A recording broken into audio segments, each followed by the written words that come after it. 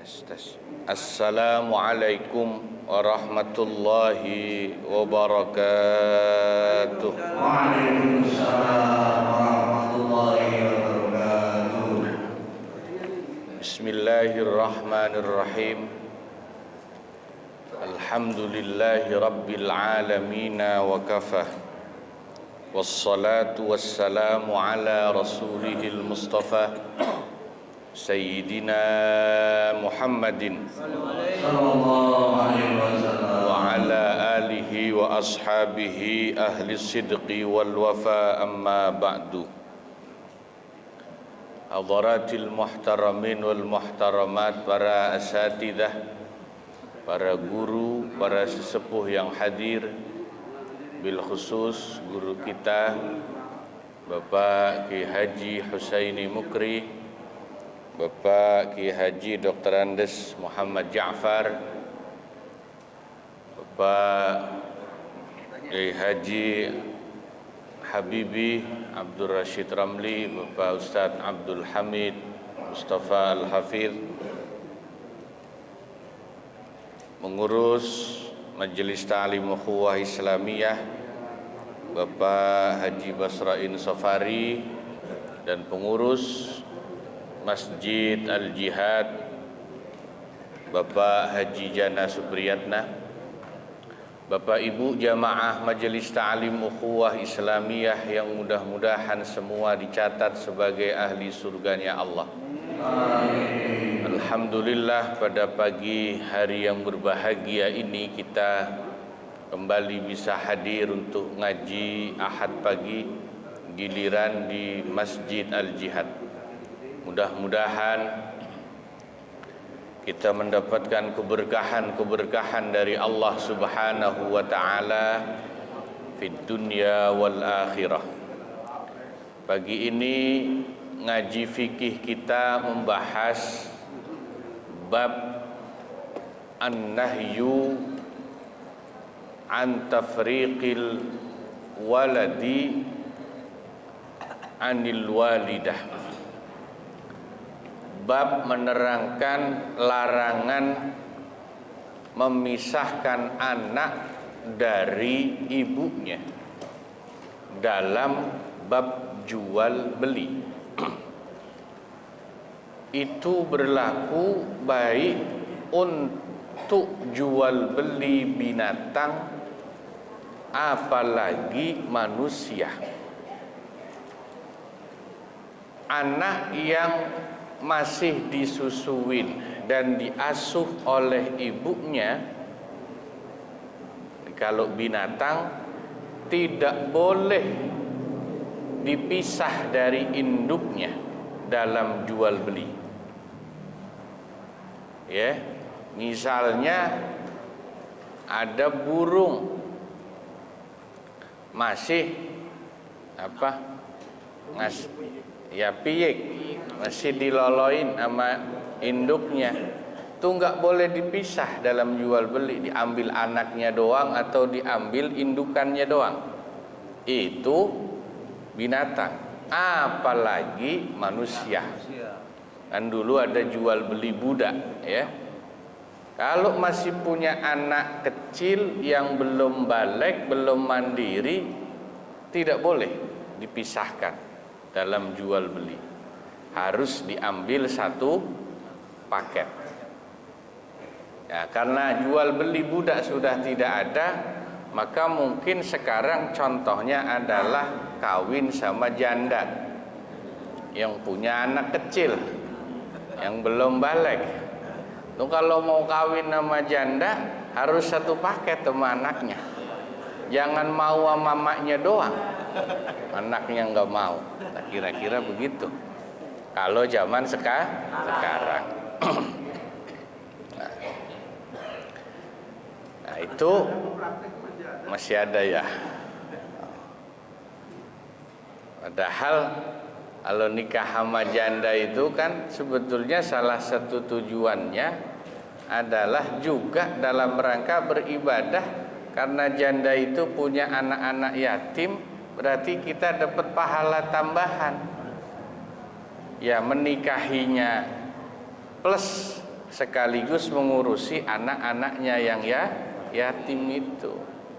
Ada istilahnya 2 in 1 lah ya. 1 dapat 2 tuh dapat bonus ya. Jadi banyak pahalanya. Bahkan dulu pernah Sayyidina Ali bin Abi Thalib radhiyallahu anhu ya, dalam hadis sahih riwayat Imam Ahmad, beliau mengatakan, amarani Rasulullah sallallahu alaihi wasallam an abi'a gulamaini akhwaini. Aku pernah diperintahkan oleh Rasulullah sallallahu alaihi wasallam untuk menjual 2 anak-anak yang jadi budak, 2 budak anak-anak. Fabi'tuhuma fafarraqtu bainahuma. Lalu aku jual kedua budak anak-anak itu. Dua-duanya itu kakak adik. Tapi kata Sayyidina Ali, aku menjualnya terpisah. Yang satu aku jual kepada si A, yang satu aku jual kepada si B. Fadzakartu dzalika lin-nabi sallallahu alaihi wasallam faqala. Maka lalu Nabi Muhammad sallallahu alaihi wasallam, maka aku ceritakan hal tersebut kepada Nabi Muhammad sallallahu alaihi wasallam. Lalu Nabi bilang, adrikhuma fartaji'huma. Cari dan temukan lagi kedua budak anak-anak itu olehmu wahai Ali, lalu ambil lagi keduanya, batalkan jual belinya, kata Nabi. Wala tabi'huma illa jami'an. Jangan kau jual kedua budak anak-anak itu kecuali dijualnya satu paket, supaya tidak terpisah kakak adik itu. Ya, nih. Ini kakak adik, apalagi ibu dan anak. Nah, ada sebuah riwayat dari Imam Abu Nuaim Al-Asfihani dalam kitab Hilyatul Awliya wa Tabaqatul Asfiya. Ini kitab yang jadi rujukan utamanya Imam Ghazali menulis kitab Ihya Ulumuddin. Diriwayatkan dalam hadis itu, satu hari Rasulullah sallallahu alaihi wasallam berjalan di luar kota Madinah. Lalu dari kejauhan Nabi mendengar ada yang memanggil nama beliau, ya Rasulullah.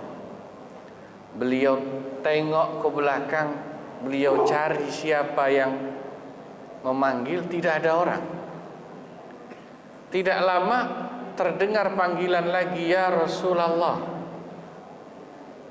Beliau cari lagi, siapa yang manggil aku? Ternyata beliau melihat panggilan itu berasal dari seekor rusa betina. Kebetulan rusa itu baru tertangkap oleh seorang Arab Badui. Arabi itu Arab kampung lah, Arab Badui yang sedang berburu. Lalu Nabi dekati rusa itu. Lalu Nabi bicara dengan rusa itu. Bisa ya Nabi bicara? Bisa, dengan semua makhluk binatang ciptaan Allah. Nabi bisa bicara, dan binatang bisa mengajak bicara Nabi. Jadi kalau kita dengar Nabi Sulaiman punya mukjizat bisa bicara dengan binatang, Nabi Muhammad sallallahu alaihi wasallam jauh lebih bisa. Karena semua mukjizat yang Allah berikan kepada para rasul, semuanya Allah berikan untuk Nabi.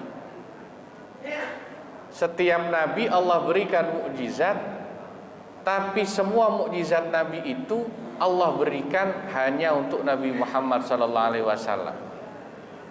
Jadi kalau nabi-nabi cuman kebagian 1-2 mukjizat, Nabi Muhammad khusus semuanya Allah kasih mukjizat yang dimiliki oleh nabi-nabi sebelumnya, bahkan yang tidak dimiliki oleh nabi-nabi sebelumnya. Ternyata sesudah Nabi dekati, rusa betina itu menangis, sedih dan curhat kepada Nabi Muhammad SAW. Tapi udah ditangkap sama pemburu itu. Ada apa gerangan kau memanggilku dan bersedih? Tanya Nabi. Ya Rasulullah, aku mohon pertolonganmu.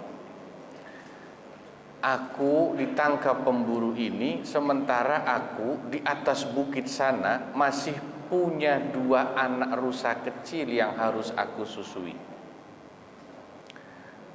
Mohon kau tolong aku ya Rasul, agar aku bisa diizinkan pulang menyusui kedua anakku itu. Nanti aku janji kalau sudah aku susui, aku kembali lagi ke sini. Bisa ngomong begitu rusanya. Lalu Nabi bilang dong sama pemburu yang udah nangkep, nih Pak, rusa ini bilang sama saya, dia punya 2 anak kecil yang dia tinggal di atas bukit. Dia ingin susuin dulu kedua anaknya, nanti dia akan balik lagi untuk Bapak tangkap. Dalam hati pemburu kan ini agak mustahil ya. Bagaimana ceritanya rusa bisa ngomong? Ya. Lalu pemburu itu tanya, kau siapa? Aku Muhammad Rasulullah Sallallahu Alaihi. Jadi pemburu itu belum masuk Islam waktu itu, si Arabi itu. Lalu apa jaminannya kalau dia aku lepaskan bisa balik lagi? Lalu Nabi tanya kepada rusa itu, apa jaminanmu kau akan kembali? Ya Rasul, kalau aku tidak menepati janjiku kembali lagi, biarlah Allah memberikan siksaan kepadaku yang lebih berat dari siksanya orang yang memakan harta riba. Akhirnya Nabi bilang kepada pemburu itu, aku jaminannya. Lepaskan rusa itu biar dia menyusui anaknya, aku jaminannya. Akhirnya percaya dengan ucapan Nabi, dilepas. Setelah sekian jam, betul rusa itu balik lagi.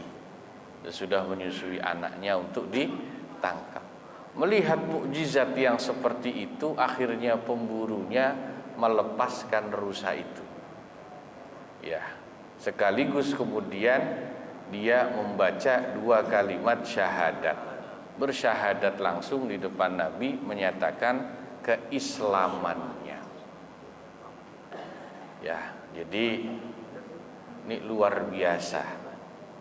Terhadap binatang saja Islam itu begitu ajarannya dalam bab fikih itu. Ya. Jadi kalau orang-orang luar, orang barat bilang ada hari apa? Valentine, hari kasih sayang. Islam udah duluan. Kita kenal ada tanggal 10 Muharram, hari Asyura. Itu lebih hebat dari hari Valentine. Itu hari kasih sayang yang Allah ajarkan kepada kita umat Islam untuk menyayangi anak yatim. Karena semangatnya adalah anak-anak itu harus dilindungi. Salah satu bentuk perlindungannya jangan sampai dipisah dari orang tuanya. Makanya nanti dalam bab hadhanah, bab pengasuhan anak kecil, kalau bapak ibunya cerai, itu namanya bab hadhanah. Kalau dia belum balik, maka jatuh hak pengasuhannya kepada ibunya. Karena anak kecil lebih butuh ibunya dibanding bapaknya saat dia belum balik. Tapi kalau anaknya sudah balik, maka anaknya boleh milih mau ikut bapaknya atau mau ikut ibunya kalau orang tuanya bercerai. Nah, bukan hanya itu, bahkan dalam satu hadis lain yang juga diriwayatkan oleh Imam Ahmad, dari sahabat Abu Ayyub Al-Ansari radhiyallahu taala anhu qala, beliau mengatakan sami'tu Rasulullah sallallahu alaihi wasallam yaqul, aku pernah mendengar Rasulullah sallallahu alaihi wasallam bersabda, man farraqa baina walidatin wa waladiha, barang siapa orang yang sengaja memisahkan di antara ibu dan anaknya, farraqallahu bainahu wa baina ahibbatihi yaumal qiyamah, Allah nanti akan memisahkan orang itu di hari kiamat dari orang-orang yang dia cintai. Ini kan ancaman yang tidak main-main. Balasan buat orang yang sengaja memisahkan ibu dan anaknya, nanti dibalas di hari kiamat, dia Allah pisahkan dari orang-orang yang dia cintai, dari keluarganya, dari orang-orang dekatnya. Makanya ya, jangan sampai kita memisahkan antara ibu dan anaknya. Ya.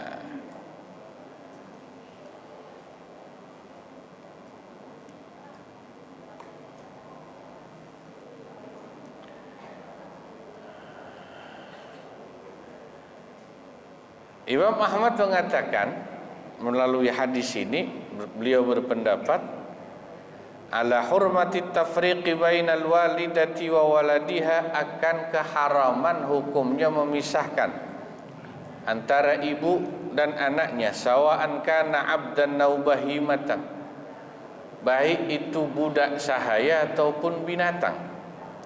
Wa qala Syafi'i, dan Imam Asy-Syafi'i berkata, yahrumu at-tafriqu bainal walidain wal maulud din wa in safalu, haram hukumnya memisahkan antara orang tua dan anak-anaknya terus ke bawah.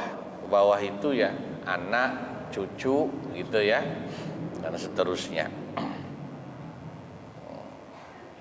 Dalam bab jual beli budak. Dan oleh Imam Ahmad sesuai hadis ini, kemudian jual beli yang seperti itu dihukumi batal atau tidak sah.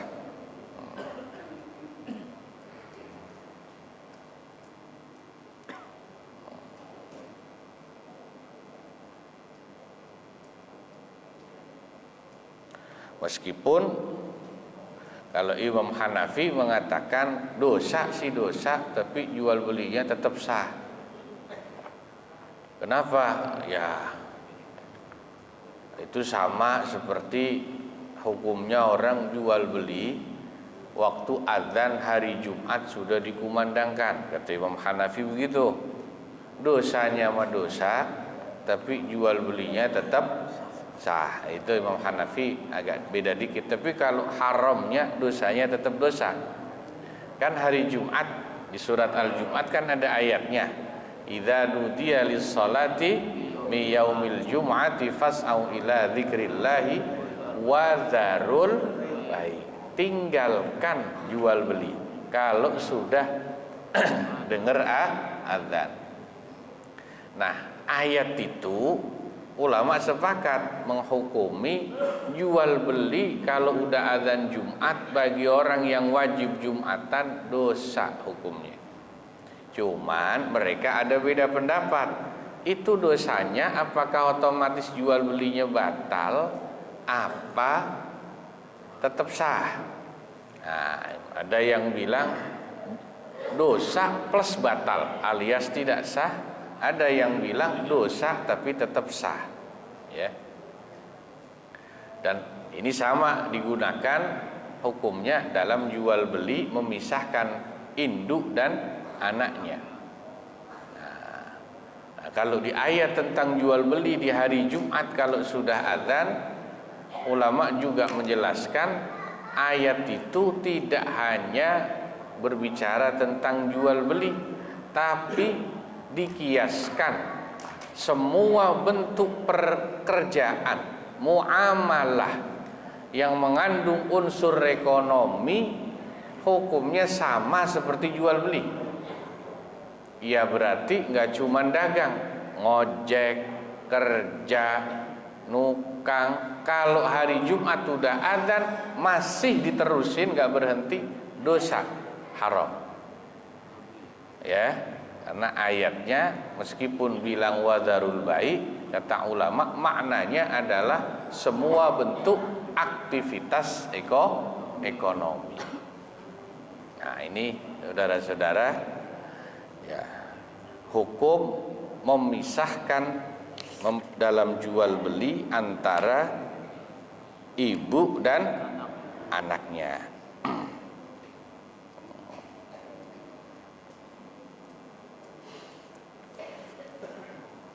Jadi kalau baca tadi cerita bagaimana mukjizat Nabi Muhammad sallallahu alaihi wasallam terhadap rusa yang seperti itu, ya kita harusnya sangat tersentuh bagaimana terhadap binatang saja Nabi dan Islam itu sangat rahmat, ya sangat penuh kasih sayang, ya. Cuman kemarin saya baca sebuah nasihat, ya.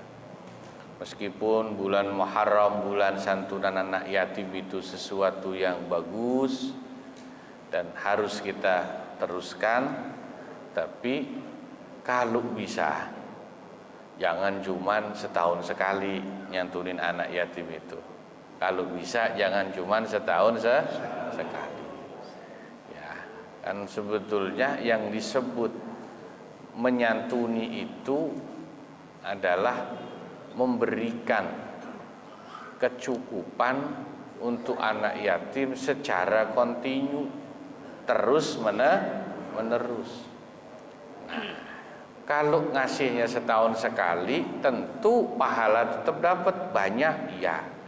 Tapi kalau pengen pahalanya lebih banyak lagi, namanya bukan ngasih setahun sekali, tapi menanggung.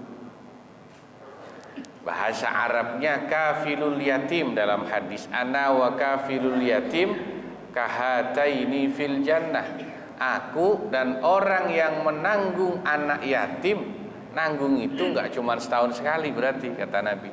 Itu yang Nabi bilang, nanti aku sama orang itu di surga begini. Begini itu apa artinya? Bukan 2 jari, ini isyarat. Deket banget di surganya sama Nabi. Nah kalau pengen di surganya deket banget sama Nabi, seperti yang Nabi bilang, itu yang disebut kafilul yatim. Jadi nanggung tuh ya berarti terusan nafkahi, ya. Gimana caranya supaya bisa terus-terusan, gak cuma setahun sekali? Ya kalau bisa ibunya dinikahin, kalau bisa. Ya kalau nggak bisa ya minimal dikasih dah tiap bulan gitu anak yatimnya. Ini bukan saya menganjurkan menikahi janda, bukan ya. Ini kan ngebahas menanggung anak, ya. Itu yang luar biasa. Alhamdulillah, ini saya bukan sombong, ya cuman cerita aja. Di rumah saya alhamdulillah istri saya udah 17 tahun Pak ngurusin anak yatim. 1 orang doang sih anak yatimnya yang diurusin. Dikasih makan, dicuciin bajunya, dibikinin kopi. Masya Allah luar biasa tuh istri saya. Ya, kalau capek dipijitin tuh anak yatim. Ya saya anak yatimnya maksudnya.